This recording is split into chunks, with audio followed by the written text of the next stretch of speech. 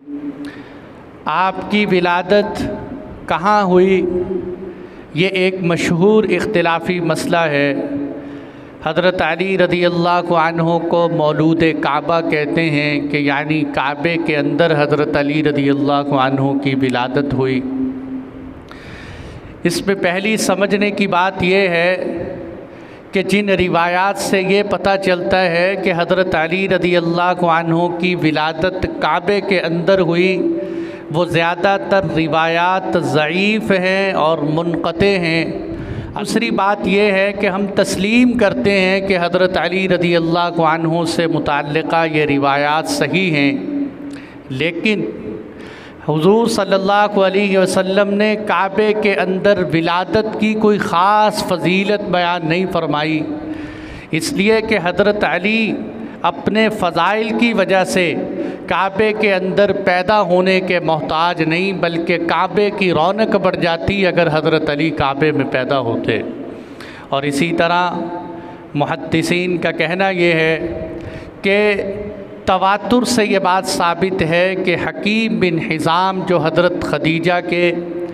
भतीजे लगते थे, हकीम बिन हिज़ाम, इनकी विलादत खाना काबा के अंदर हुई और उस वक़्त इसको कोई फ़जीलत नहीं समझा जाता था, इसलिए कि खाना काबा इबादत की जगह है, विलादत की जगह नहीं। अगर ये इबादत की जगह या अफजलियत की जगह होती तो 1.25 लाख अंबिया किराम में से किसी एक पैगंबर की विलादत यहाँ होती।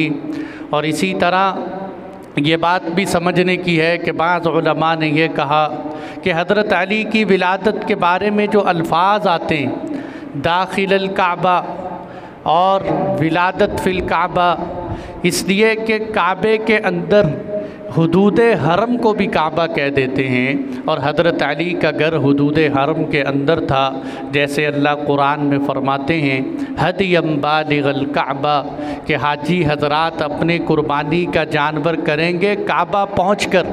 अब वो काबे के अंदर थोड़ी करते, हाजी हज़रात तो काबे से बाहर करते हैं, लेकिन हुदूद हरम को भी यहाँ काबा कह दिया गया। तो ये हज़रत अली रज़ियल्लाहु अन्हु की विलादत, खैर अगर उनकी विलादत सही रिवायात से साबित हो जाए कि आपकी विलादत काबे में हुई तो हमें कोई इख्तिलाफ़ नहीं, इसलिए कि करामात औलिया बरहक़